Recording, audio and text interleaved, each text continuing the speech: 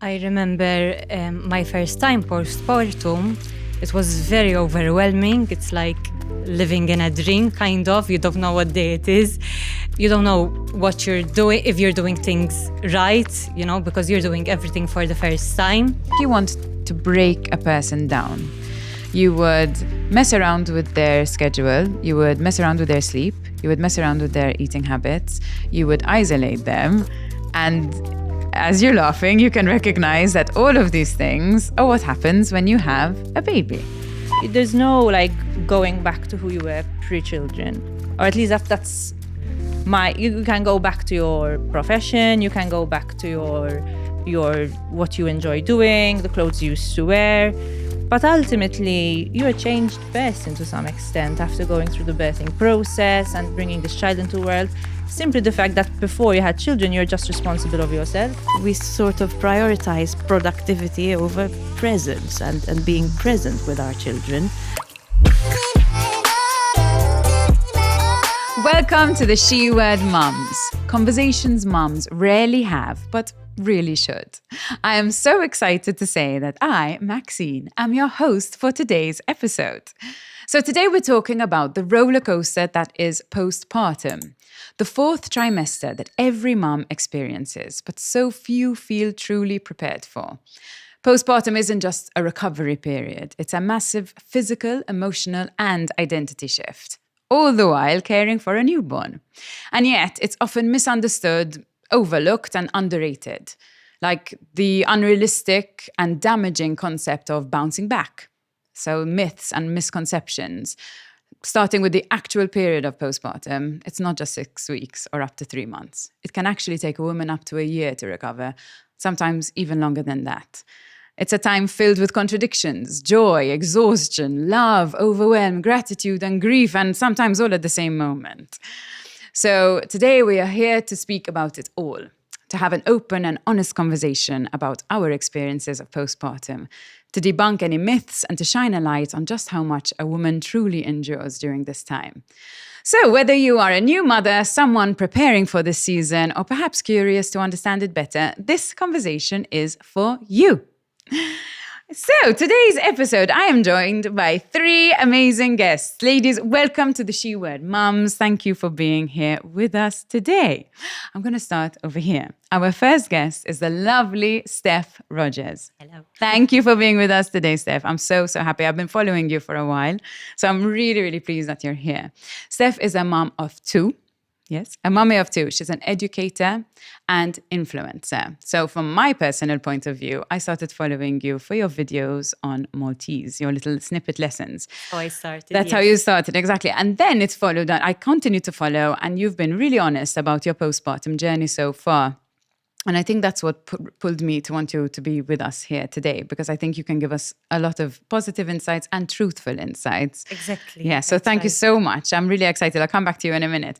We have Dorothy Bezzina. Dorothy, welcome to the She Word Mums. Thank you for inviting me. Oh, thank you for coming. Dorothy is also a mom of 2, an educator. She's the most beautiful singer. I don't know if you've ever heard her. Actress, producer, director, and a scholar of not 1, not 2, but 3 master degrees, sometimes simultaneously with bringing up children. It's pretty impressive. So you are the master of juggling different hats. So I think that will be really, really interesting, and I'm really looking forward to chatting to you today, Dorothy. Thank you. And last but definitely not least, we have the wonderful Rebecca Mizzi. You may remember Rebecca. She was on the show with us in season 2. Mm-hmm. We were on the episode together. Yep. And I really just wanted to have you back. So thank you for coming back. Rebecca, I'm going to have to read your intro because yours is a little bit more, mommy of 2, hypnobirthing teacher and independent midwife with Positive Birth Malta, providing holistic midwifery care to families here in Malta. So thank you. I got it right? Yes, thank you for having me back. No, that's it. I mean, if I left it out, I'm reading it. I should put on my glasses. Thank you for having me back. No, thank you for being here. I'm actually going to stick with you, Rebecca, because something I said in the intro about postpartum. So as a midwife, I'm going to be coming to you a lot for fact checks here. But postpartum, let's start off with that. Could you, from your perspective, both as a mom and as a midwife, what is postpartum? 1. And secondly, I said it in the intro as well, the period of recovery, right, for postpartum, if you ask Google, is 6 weeks. Now, I understand medically 6 weeks makes sense, maybe internally, something's healing or wounds or whatnot, but there's so much more to postpartum, which Google, our friend, doesn't tell you. So as a new mother, you're 3 months postpartum feeling, oh, that period is over. Why am I still feeling this way? Can we debunk this myth? I would really like to start the show by debunking. The textbooks will say 6 to 8 weeks, and a woman can expect to experience things like bleeding and her uterus going back into its original pre-pregnancy place within 6 to 8 weeks. So that's kind of where the 6 to 8 weeks things comes from. However, we do know that's much longer than that. I mean, even from a hormonal point of view, the hormones going back to their pre-pregnancy state. How long does it take? That can take up to a year for certain hormones, like relaxin takes up to a year to return back to its pre-pregnancy levels. So hormones play a big part. The mother's feeding choices play a big part as well. So obviously if someone's breastfeeding, while you're breastfeeding, obviously your body's still doing a lot of work, like sustaining another life, literally. So does your body still feel like it's pregnant? No, it is something different, okay? So obviously it's a transition and it's a journey from pregnancy through birth into postpartum. And for every woman, it's a very individual experience. However, we do know that all women can generally reach a consensus that it's not 6 to 8 weeks and then things are, I don't think, no. I mean, nowadays we talk a lot about matrescence as well, which matrescence is like the process of becoming a mother. So looking at it from a more holistic point of view rather than just a physical point of view, looking at the social, cultural, psychological changes. So similar to like adolescence, where we go from girl to woman. Now you're going from woman to mother. Oh, that's amazing. I think that's needed. What we always say as well is, at birth, it's not just a baby being born. It's a new mother being born, a new father being born. Obviously, kind of a lot of emphasis is put on the baby. And I think that's from our culture as well. So that, true. The Western society puts a lot of emphasis on the new baby, the new life. Rightly so, to some extent. But the mother is also new. She finds herself in this new body, in this new mindset. New world, completely right? New world. Even her outlook on the world is completely different. So coming back to your question on timeline, I think what we're seeing today is that we look at kind of to define more like a year to 18 months. And obviously that's very individual as well. Of course. Thank you. That's really helpful. And it's actually like got the wheels spinning thinking about that when you said going into new mother. It's so true, becoming a different person. And I think that leads me nicely to something I wanted to ask you, Steph. Starting off by just saying, like, how did you feel that, would you say it's a transition, sort of? Would you say it's a journey? Let's call it a transition or journey. It is. From being Steph and then being mummy Steph. So what was your experience of postpartum like? Especially, I think, if we talk about the early days, because that's the biggest shock to the full system. I remember my first time postpartum. It was very overwhelming. It's like living in a dream, kind of. You don't know what day it is. You don't know what you're doing, if you're doing things right, because you're doing everything for the first time. The second time, I was much calmer, obviously, what to expect. But I think the shift from 1 to 2 was bigger than 0 to 1, because you don't have time anymore. You have 0 time. I mean, with my firstborn, he was a quiet baby, my son, so he slept a lot. And between naps, I had time for myself to shower and whatnot, to do some errands, chores. But with 2, if the baby is sleeping, my toddler is running around, so 0 time at all. So that change, I felt it a lot. And I don't want to call it depression because I was never diagnosed, but I did feel I had some unhappy moments during the second time postpartum. Like early days in the Yes, first week. I yes. think that's I wanted to For ask sure. you, Rebecca, about that. They call it the hormone drop, right? So can you talk to us a little bit just so we understand? Because we'd say, okay, we're feeling this, we're feeling sad. I remember as well in the very early first week, just completely, like feeling completely alien. And nobody sort of explains to you why. I think it would be super helpful if we kind of knew what to expect in a way. So obviously that first week is extremely overwhelming, be it your first or be it your fourth. I think, what's happening is obviously during pregnancy, you have a lot of hormones sustaining the pregnancy. So you have high estrogen, high progesterone, high HCG levels, and those will suddenly drop. After the birth of the baby, your estrogen and your progesterone will suddenly drop. So what? You push out the baby or get the baby cut out of you, and then your body goes, "Okay, bye. I'm good. I finished my job. Ciao, bye." To some extent, you have to remember that apart from the baby, there's the placenta, and the placenta is like hormone Yes. god, Okay. So you have to keep that in mind as well. So your body has done so much over 9 months to sustain a pregnancy, to grow another person, and to grow another organ. The placenta is an organ in and of itself. So, and the hormones, even during pregnancy, we know that hormonal shifts during pregnancy are very common as well. Because that is what it is, it's a huge change. And then suddenly, what your body has been doing over 9 months, gradually, suddenly you get this sudden drop of estrogen and progesterone particularly. And those are so important because estrogen and progesterone, also hormones have a way of weaving themselves together and working together. So once estrogen and progesterone drops, your dopamine and your serotonin production can be affected. Okay. So that kind of is related there. At the same time, come day 3, day 4, you're probably quite sleep deprived and quite tired. And obviously that's going to bring your cortisol levels up, making you feel a bit stressed as well.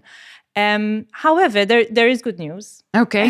Wow. There is good news because once your baby's born, and your baby's placed on you, generally the general practice is place baby skin to skin if that's possible. That's your highest oxytocin rise that you'll ever experience. Wow, so oxytocin is the love hormone, it's bonding hormone, important for breastfeeding. So things like skin to skin in those early days will really support not just bonding with your baby, but even your own well-being, because you're facilitating the release of oxytocin, which is the love hormone, which is a feel-good hormone. And that can help you to counteract, the estrogen, progesterone drop. But it's very, very normal. I remember it myself, with my first, especially. I remember the first time we left the house with her, I felt like I was just walking on clouds at one point, like day 3, day 4 postpartum. What's going on? Like just at one point, like, no, I need to be back home because I just feeling a bit out of it. It's so interesting. And I'm going to jump to Dorothy because I know for a fact, now this is amazing, but when Dorothy had her second, correct me if I'm wrong, 4 days after having a baby, you were back at rehearsals for a massive musical. Yes. My God. So let's speak a little bit about this, Dorothy. I would love to unpick it a bit. Well, obviously, this is just my experience, one out of several. And obviously, as you're saying, they're all different. But yes, I had relatively easy pregnancies, both my first and second.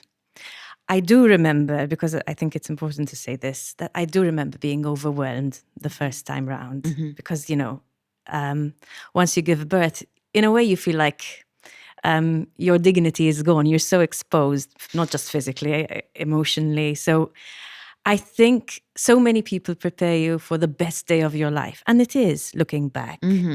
But I think I sort of tried to sit with these emotions before actually going through them. So I sort of anticipated these hormone fluctuations, not because I felt them, but because I said, okay, I have to be the master of my own healing here.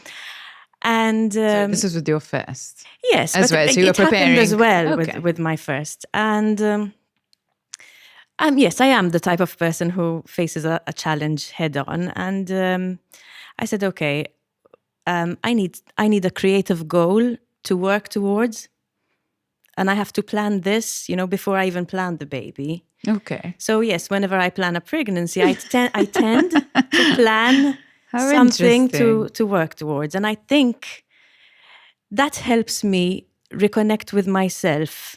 Wow, I never thought of that. Really well, and helps me feel grounded and balanced. But I just feel like, okay, so there's the sleep deprivation, the physical changes, whether it's bleeding or pain or whatever happened during birth. To be in a rehearsal room, and I know the musical, she was the lead. It's not just, that's a lot of pressure. But for you spun it on its head, and it was your way of recovering. So yes, I mean, for some it might look like I'm mad. I do remember doing other things which were absolutely mad. Like the night after I gave birth the first time, I went into the bathroom and said, okay, let me do some push-ups just to see what my body is able, gosh. This is a vaginal birth. You had a vaginal birth or a C-section? Yeah, yes, both. No, that's why I'm saying every experience is different. I'm not saying that it's the right thing to do at all. I just wanted to test myself out. So. You wanted to check the waters, see what's going on. No, I guarantee you, if you had a C-section, you would not be doing push-ups. Of course not, obviously. No, but that's why I was really interested, because everyone, and I think that's really important to say, everyone's experience is different. And it can't be textbook. We can sit here for 3 hours and talk about different pregnancies and births and postpartum experiences. And that's the amazing thing of it. We had already all of us different. And as you said as well, I mean, bouncing back might mean so many different things to different people. For some, it might mean getting back in shape. For others, it might mean finding a way to reconnect to what you had before the baby, And I think it's important not to measure ourselves against other people's way of bouncing back or other people's expectations. Wow, for me, bouncing back, and I don't know about you, always meant something physical. How funny. I never looked at it from a point of feeling yourself. I always looked at it as bouncing back. You really bounced back. You look yourself. You look like you did pre-pregnancy. That's why I really, like in my intro, I said something about the damaging culture of bouncing back, because I never thought about it as a feeling myself, feeling good or whatever. It was more like, you need to look exactly how you did before. Or else, you're going to be like, oh, she really, she let herself go. For me, it's when I lost the weight that I felt happy, kind of, and I was feeling myself, because I could wear my clothes again, my style, you know what I mean? So once I lost the weight, then I felt me again, and I was much happier. So that helped. Take care and indulge in the liberation of smooth, hair-free skin. Browns, empowering wellness through its excellence in laser hair removal. I just feel alive. 1, 2, 3, 4. Oh, I got that lifestyle, I'm fierce as hell. That blended top model, that husky fast throttle. Living it up, I don't even. It said I just feel alive. 'Cause all I got is what I am, and I'm on fire. And what you want is what I am, baby, that's fine. What all the kids said, I just feel alive. Something about the way you bounce makes me want to keep you around my mind. My mind, mind. Something about the way you sound shakes me up and makes me get down on my, my.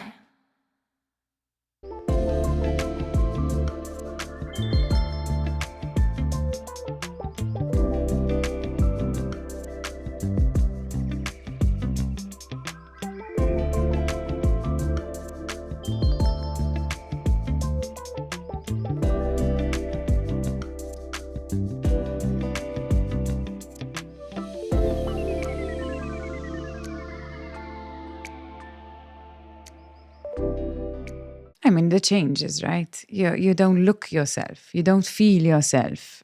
Suddenly your time. In fact, I wrote something down that I wanted to share. Dr. Julie Smith, I don't know if you know, have you seen any of her interviews? She, take the babies out of the equation, take gender out of the equation. If you wanted to break, this is what she says, and it's not a direct quote, I'm sort of summarizing, but she says, if you want to break a person down, you would mess around with their schedule, you would mess around with their sleep, you would mess around with their eating habits, you would isolate them, and as you're laughing, you can recognize that all of these things are what happens when you have a baby. And so, and you're expected to be fine or to bounce back or whatever that means for you, to look after your little one, raise this baby, all the while your whole world is just completely upside down. And I think the issue is that it's actually our culture that's expecting this bounce back. That's what she says, modern thing, society. In reality, if you look at like more traditional cultures, if you look at the more Eastern different culture, countries that have maintained more of their original culture, there's actually much more of a kind of acknowledgement of the transition. You've already mentioned transition, and I think I don't think we should be giving women the impression that, okay, you're going to give birth and 6 weeks, maybe a year later, you'll be back to who you were before, because you're not. Mm-hmm. It's very important, like you're saying, like Dorothy's saying, that, we maintain things that are important to us. So for you, it's your arts and your the theater, and that's, I think it's really important that we maintain parts of ourselves, that are important. It can be so easily lost, though, like right? our, even just for example, like you're saying, like your clothes, but at the same time, we have to appreciate that ultimately you're not the same person. You're someone's mom, and there's no like going back to who you were pre-children, or at least that's you can go back to your profession, you can go back to your what you enjoy doing, the clothes you used to wear. But ultimately, you're a changed person to some extent after going through the birthing process and bringing this child into the world. Simply the fact that before you had children, you're just responsible of yourself, everything yourself from A to B. If you want to sleep, you can. Kind of, you run your own schedule, and all of a sudden, once children come into your life, your world suddenly revolves around them, and your outlook on the world changes. I remember even like with close friends, like friends who didn't have children, I felt like I was, especially in those first few months, it felt like I was on a different planet to these people, because even the conversation and what you're suddenly talking about and feeling is not really relatable anymore. Like you said, Steph, the sleep. Exactly. What are you doing this weekend? Imagine being asked. I mean, what do you mean? I'm like, with the children, no. I wish I knew before I had kids how much free time I actually had. And we thought we were really busy. Exactly. I don't think change has to be negative, though, because for me, I think, okay, there were things I had to adjust. But I think I found this... there's this newfound confidence in a way as well. That, whoa, my body is so resilient. And if I can do that, I can do so much more. Amazing. And even your perspective on life changes. All of a sudden, your work is just a little bubble. Not everything. The family becomes so important. And even as they grow, then eventually, we start looking at things through different lenses. Yes. So I think it's change, but in a way, it's good as well. Oh, no, for sure. I'd like to say, like, instead of thinking about bouncing back, why aren't we talking about bouncing forward? Oh, yeah, let's go for it. Let's bounce forward. I like that. You're not going to be exactly the same person you were before. That's for me as a Mufasa moment. The Mufasa moment, Rebecca, the Lion King, the Mufasa. And then they go like, can you repeat that? I love that. Say it again. So I have to remember what I said now. Yeah, I remember, but. So we have to start thinking about bouncing forward rather than bouncing back. So it's a transition, and it's a transition not for us as well, even for the partners who are there going through that change as well. But it's a different life, and you get the honor and the privilege of being someone's mother. I know. Or in our case, being 2 little ones, mother. My goodness me. What was if I have to chuck a question in, what was the biggest shock for you, Steph, in your postpartum? What did you just couldn't, imagine from before, or something that took you by surprise? Like we discussed, the fact that you don't have time for yourself. I mean, you have time, but you have to ask for permission in that sense. Enough to go to the gym, for example. You have to you have to have support, ask right? someone to babysit your children. So you have to have support. And thank God I do have a lot of support. So that helps. But yes, that's transition from having the time and suddenly you don't have no time at all. I did struggle a little bit to find a routine. That I think. And you mentioned support being key here to be able to, but it doesn't change back. It doesn't go, I mean, it will one day when they're all grown up and they've left the nest, but for now, because it's that permission, right? I need I want to go to the gym, for example, and exactly. You need somebody. When they're young, they're very dependent on you, so that's why. And I knew that it was going to be hard, but I never imagined to be that tiring, you know what I mean? But I know that it's just for these years, and then I'm going to ask you, tell us how far postpartum you are now. So George, your eldest is 3 years, and my daughter is 9 months. 9 months. So you're 9 months postpartum. Yeah. So it's still super early. I mean, it's great that you're up and you're out. I like I said, I follow you on Instagram and you go to the gym and you're really honest about the nights that are tough and the times that are tough when they're sick and, stuff like that's really important. The gym to you is your, what? It's your way of... Exactly. It's my 1 hour time for myself. When I was pregnant, I was already thinking that because I love training, it's a stress reliever for me, not just to look good, to lose weight. It helped me mentally as well.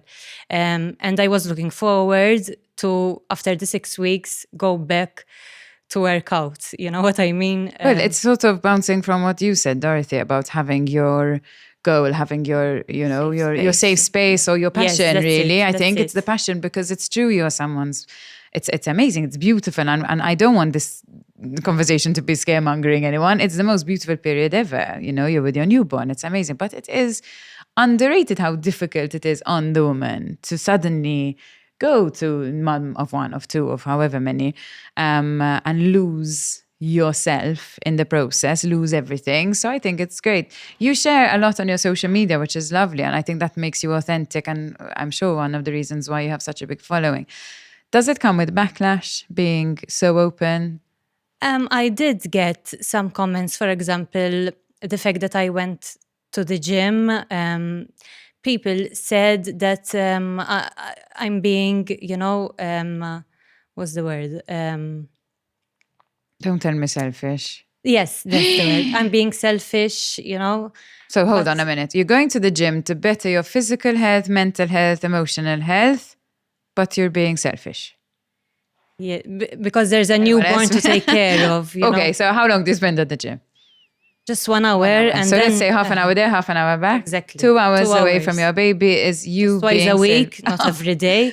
We can't win, guys. We can't win. And then if you don't do anything, they say you're losing yourself. Yes, you let yourself go. All right, Toddy, away.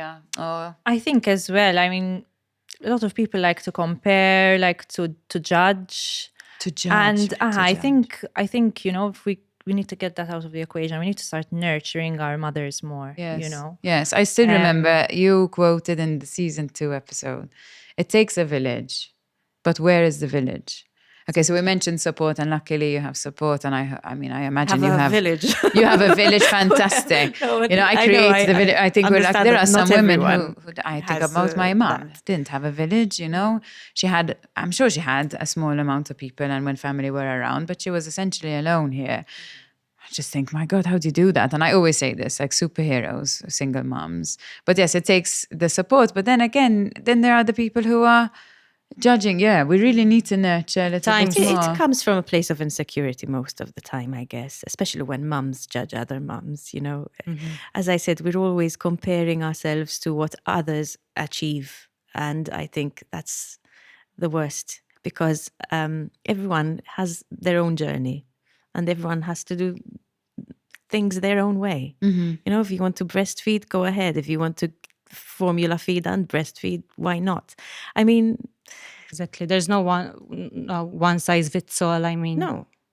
It's really true. And don't talk to me about breastfeeding. That I think was one of the biggest shocks for me. The breastfeeding. I always had this picture, and I'm sure you've seen it with women. I mean, you have so many women.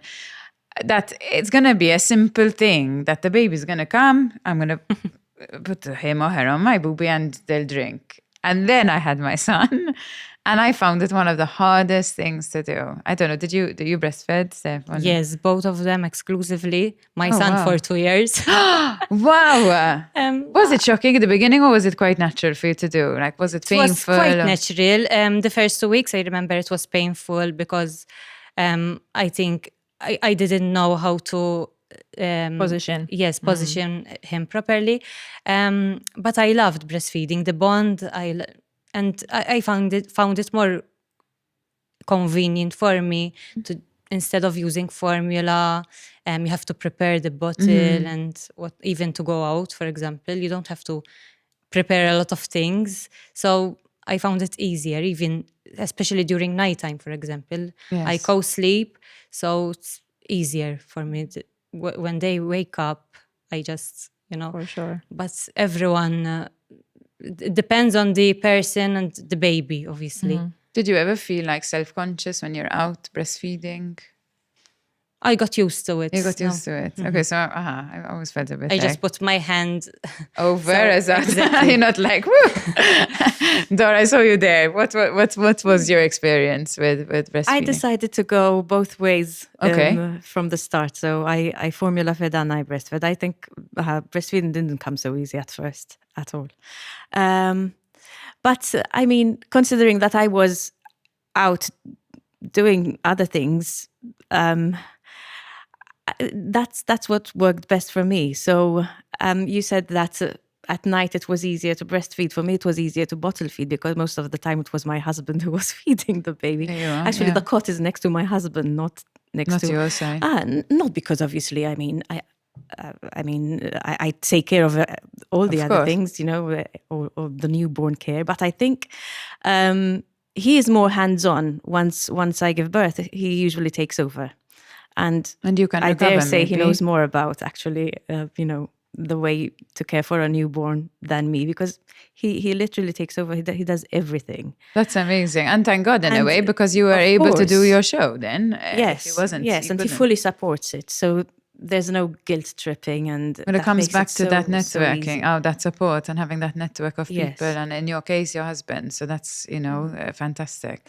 So yes, from the start, we're on the journey together. Lovely. And So as that I bottle feel- feeding and breastfeeding worked for you because you could, your husband could help you. Yes, yes. Was it a difficult? lot. You found it hard? I feel like I really want to touch base on this because I feel like I said, it's sold to you as this naturally easy thing yes, to do. In fact, for me, breastfeeding only takes like a month and a half mostly. And then they're on bottles. But I remember going to sing a wedding. It was like staying away 4 to say 5 hours away from the baby, and I started feeling feverish, and all I wanted once I got home was a really hot shower. So you had the engorgement. Yes, like yes. I didn't just know. now I feel the engorgement. Even Yes. do you ever feel, because we're talking about it, your body's like, oh, milky. Yes. I personally felt like I really wasn't prepared for all of that. I It was think one it's of the images that we see as well, Oh, it's all this lovely, and it can be lovely. Don't get me wrong. I don't want to again. I don't but want the to first go. 2 weeks are really hard until you get there. I mean, And first baby. I think for the first majority time. of women, when you speak to most women, the first 2 weeks are really hard. Really hard. Yes. The first 2 weeks are hard because the baby is learning what baby needs to learn. The parents are learning what they need to learn. The flow needs to come in and become established. So the milk is changing in that first few days as well, from colostrum to more mature milk. So yes, there's a lot going on, and the body is regulating itself to like the demand supply system that is breastfeeding. So. And there's the breastfeeding clinic. My first experience wasn't great. My second was okay. Again, like I feel we spoke about the second child and second postpartum period. You actually said it was different in other ways, but when you have confidence in yourself, I feel like it makes it easier. But the first time, we expect so many changes. So if anyone's here listening as a new mom or a mom to be, I think that's something I wish I knew a little bit more of, about everything from head to toe. Is there something, something's aching, something's cracking, something's bleeding, something's painful, it's a really hard time. In fact, I said from head to toe, there's you worry if the baby's drinking enough. Yep. But the second time I was like, if the baby wants to drink, she will cry. You know what I mean? Exactly. It's so true. The beginning, you're really on edge about everything. Exactly. The second one, Miskina, she's one of like, even if but you were the first. You're the eldest of 7. Yes, but I wasn't the first to have children, which helped actually. Okay. So I was the one to get all the advice and the tips. Filter, How funny. Talk to me a bit about postpartum hair loss. Why does that have to happen? Like, we don't go through enough. Again, it's all hormone related. Which one is in charge of the hair now? Let's have a word with it. No, in pregnancy, you generally get a lot of growth of the hair, and it becomes generally, for most women, more shiny, more volume. And then obviously the hormones change, and that kind of causes that hair loss at that point. And I know, yes, it's just kind of the cherry on the cake. Like it's programmed properly, this. I don't feel like it's programmed well. It needs to be fixed. I think Mother Nature knows what she's doing. I think it's maybe us having more maybe realistic expectations. No, I'm joking. And I think as well, a lot of modern mothers are quite depleted as well. Like, how do you mean? I was going to mention before about like traditionally what happens in other cultures, like Japan, China, India, they all like respect the first 40 days of rest, sometimes more than 40 days, where the community will feed the mother warm, nutritious foods. She's expected to rest and take care of her baby and her baby only. So if she has other children, people help with the other children. If she has, there's no housework or any of that. Obviously, she's fed traditional foods that would be like broths, generally soups, protein, lots of herbs and spices that are going to, really nourish her properly from the inside out. And then kind of over here, we're kind of like, okay, 6 weeks, you can, or even before 6 weeks, if it's your second and you have a toddler waiting for you at home, as soon as you're out of the hospital, you're back on mom mode. Yes. And, it's it's really tough. So would it be, how can we as a society help future generations, help other mothers? I'm trying to think about it because I've seen these videos. I think, we talked about the village last time. And when you asked me to be on this show and you mentioned how that impacted you, yes, it really did. Our last conversation kind of stuck with you. I think on reflection, I think what we need to do is really become villagers and support each other more. And then we talked about comparison. We talked about people being spiteful and cruel sometimes. First of all, we have to eliminate that. And secondly, I think it's what we're going to be teaching our children now. I think the fact that, more boys are growing up seeing husbands like yours who have really, actively taken on a really full role with the newborn till like 2-3 generations ago. That wasn't possible. There was no, locally, there wasn't even any paternity leave, the husband was back at work. Then again, it's a choice we made. I think this is very important. I think that's really what the children are seeing is I think for most families, God, like the majority, 26. I think the majority of families, we're kind of, the work is much more evenly, the work of raising children is much more evenly divided, or men are much more hands-on than they were 2-3 generations ago. It's still, I feel, a society which is quite work-driven, so there are a lot of schemes to help the mother as well go back into the working environment. So it's sometimes, rather than us being given a choice, it's sort of like, we have to do this to survive in a way. And there are great schemes, like the childcare scheme is great, but this club 3 to 16, I think, they're okay. They're great schemes, but at the same time, I think they're abused of sometimes. And we sort of prioritize productivity over presence and being present with our children, both from the mother's side and the father's side. So for us, it was a conscious decision, for me and my husband, before we had the kids, that once we're going to have children, we might not be earning as much as we want to, but we're both going to be very present. And it's not something that everyone can do, obviously, because some people just are literally surviving by going to work, But it was a very, very conscious decision. That's why then I can, speak about certain things and doing certain things really calmly. Because we both discussed this and decided on it. And that's really important as well. Because I think that's something else that I see, that couples sometimes haven't really, they're focused so much on the pregnancy and the birth, and they'll have like a birth plan, and they'll be like, all geared up for how he's going to support her during labor. And then when it comes to postpartum, it's just kind of forgotten. Something that I like to do with couples is like a postpartum planner, which like similar to like a birth plan is like just sitting down and saying, okay, what are our expectations of each other? What is our preconceived ideas of being a mother, preconceived ideas of being a father?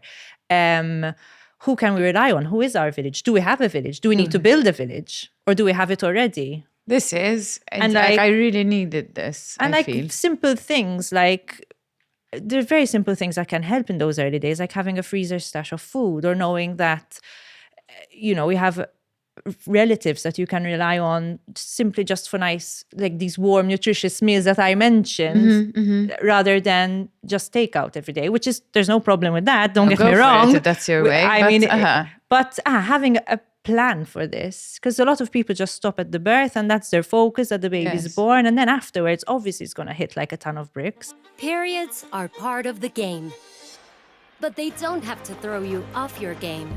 Try new Always Platinum for up to 100% leak protection, faster absorption, dry feel, and it's more cushiony, so you can focus on your game. It's a new period, always. As your child starts to explore the world, every step helps them build resilience. Backed by 50 years of breast milk research, Aptamil Pro-Nutra Stage 3 is a nutritionally tailored formula with vitamin C and D that contributes to the normal function of the immune system, and with NutriFibers. Aptamil Pro-Nutra Stage 3. Your life, our science.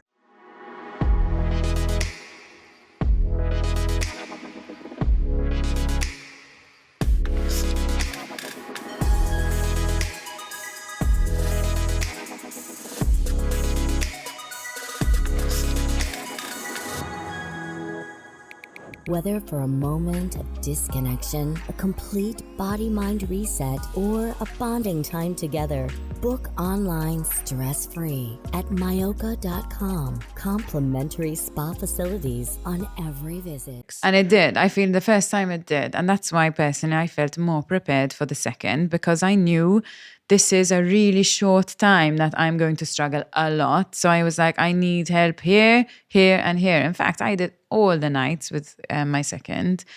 And I actually really treasured that time because it was, I felt, because I had a toddler, the only time that I got with her, me and her. I felt after I came home from the hospital, those night feeds were just me and her. And I was tired, of course, but even that, we were laughing, Steph, about before, going from no kids to kids, the shock of enough the weekends being not your own, like your time is not your own anymore. For me, one of the biggest things was sleep.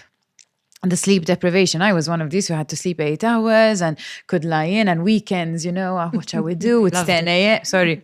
What shall we do? It's 10 a.m. We can do this, we can do this. That all gets ripped from underneath you. So I was a mess of no sleep. Then the second time round, after 4 weeks, we went on holiday. On total, like we went to Sicily. I was still, doing the nights, up every 3 hours, however many.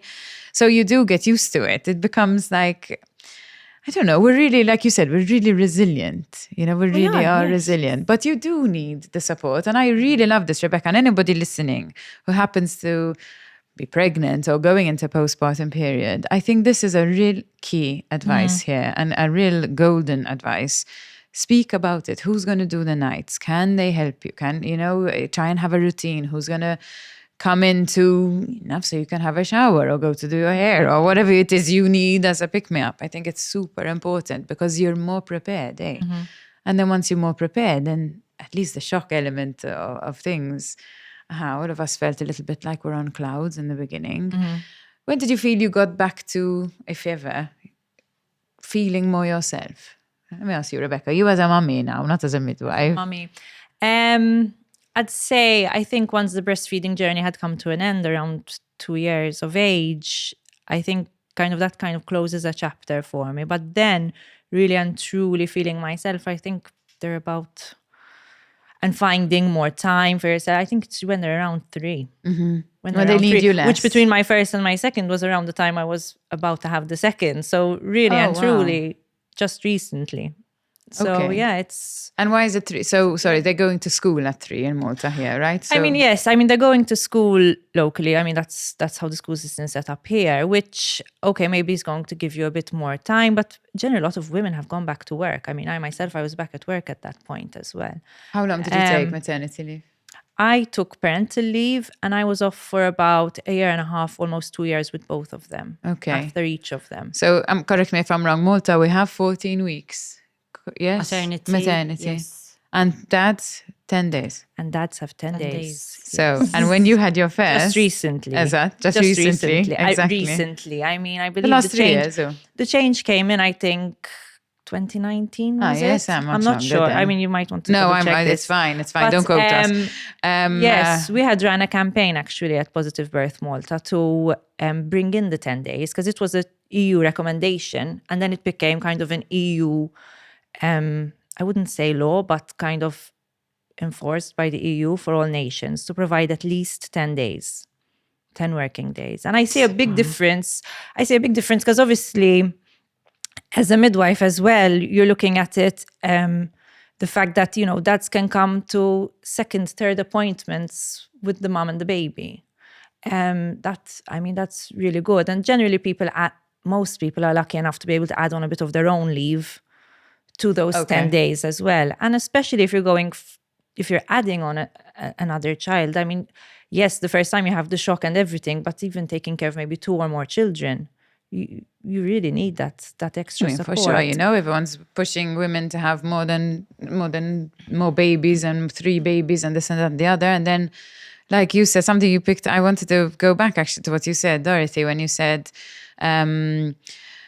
we're trying to keep pushing women to, the schemes are all in place, but it's all to keep being productive rather than present. And it's not having a choice, really. Yeah. Yes, I would like to stay with the kids, but there's no option. Yes.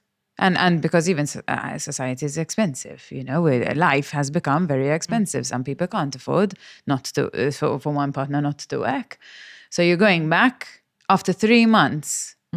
3 months, you have to work, and after work you have to do the chores. That's it. There's no I work and now I'm relaxed. No, there's the chores and everything else. I remember I bought a the breast pump that was wireless. A wearable breast pump. A wearable breast pump. And I was like, oh, this is great because, I don't have to sit down and be stuck to the couch for this time. And a friend of mine, and if she's watching, she'll remember this conversation. She's like, can't you see the danger in that? And I was like, no. And she's like, we can't even pump. We have to be able to pump and do the laundry and cook and take a call and do this and do that and do that. So you have to do all these things while pumping, and we are going, oh yeah, this is great. I can do this. No, sit down and pump for half an hour and don't feel guilty about it. But no, it's more and more. It's all about productivity. Productivity, constant productivity. And I think it's really... I think a lot of parenting isn't actually productivity. It's, as Dorothy said, just being present. At the end of the day, babies, toddlers, children, what they want is happy and healthy parents who are with them as much as they possibly can be. Now, obviously, again, everyone's different, and we're in a privileged place to be able to take parental leave or work less hours or run our own schedules. That not everyone is, but ultimately, so if it's 2 hours at the gym, if it's going back to work earlier, there's no right or wrong. I think there just needs to be support for everyone, not just for the productive economic model, because at the moment that's the support that's there for the economic productivity model. And I think, you know, this really rings in true to what you've said, Dorothy, about like there needs to be more choices, more options, so that every family can choose what's best for them without kind of missing out. And ultimately, it's so beautiful that as much as the mother bonds with the baby, the father does so too.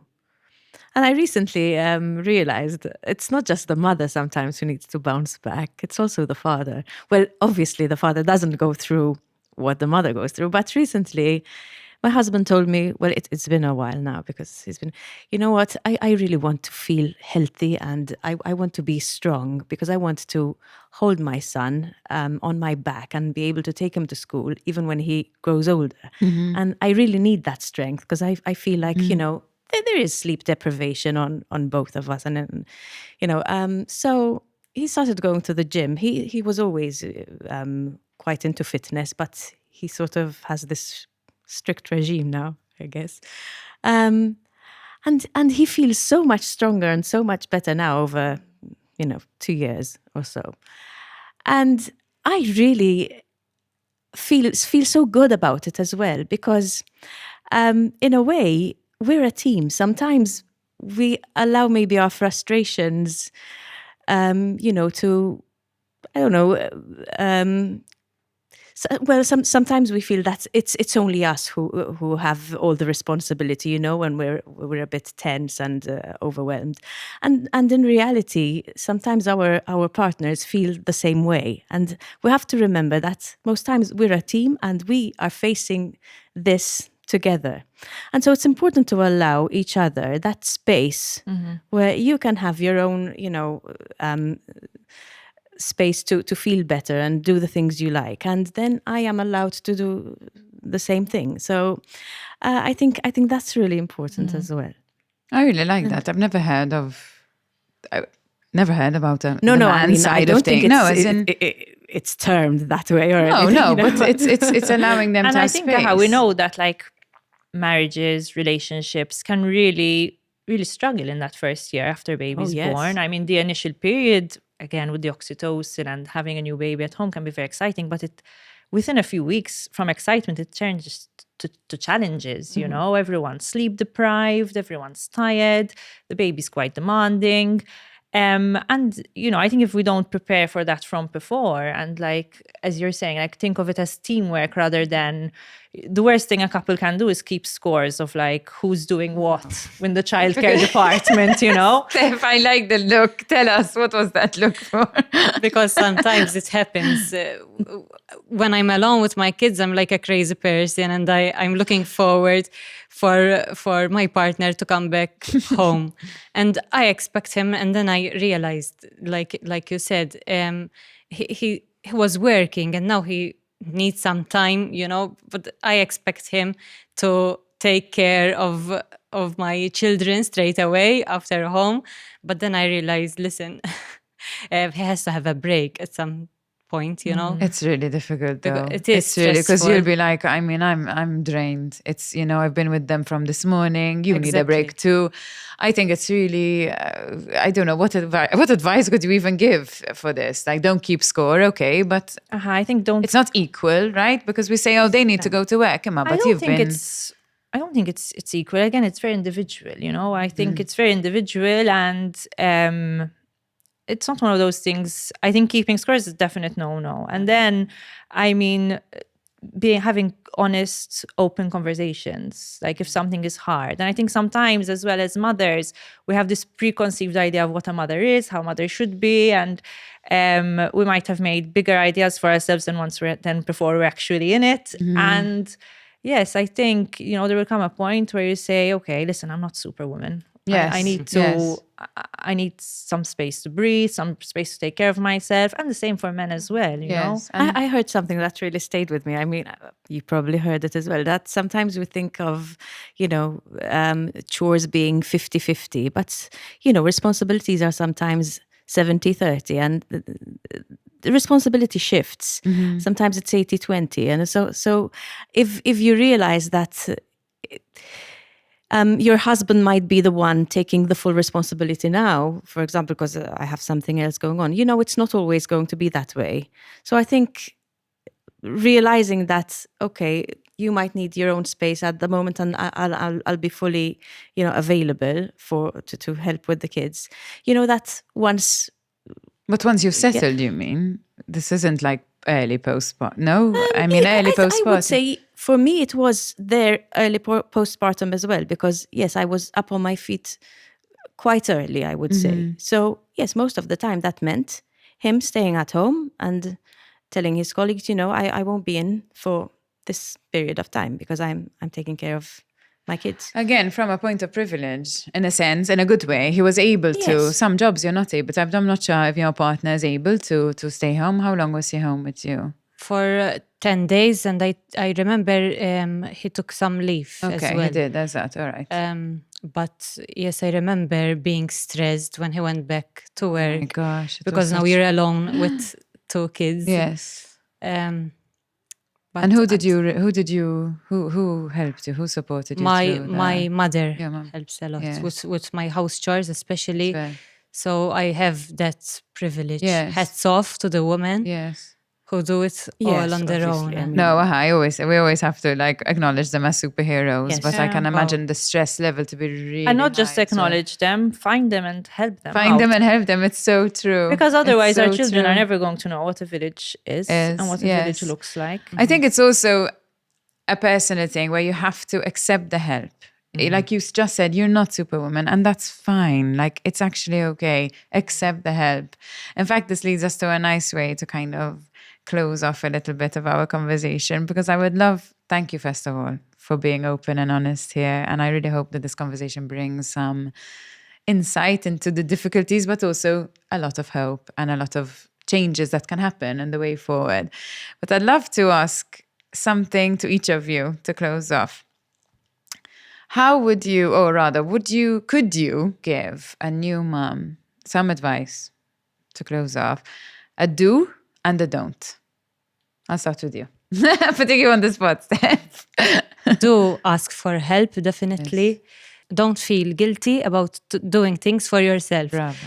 So if you want to work out, don't feel guilty about it. It's your time, and you deserve to be happy. Of course. A happy mom, a happy child. Yep, so true. Dorothy?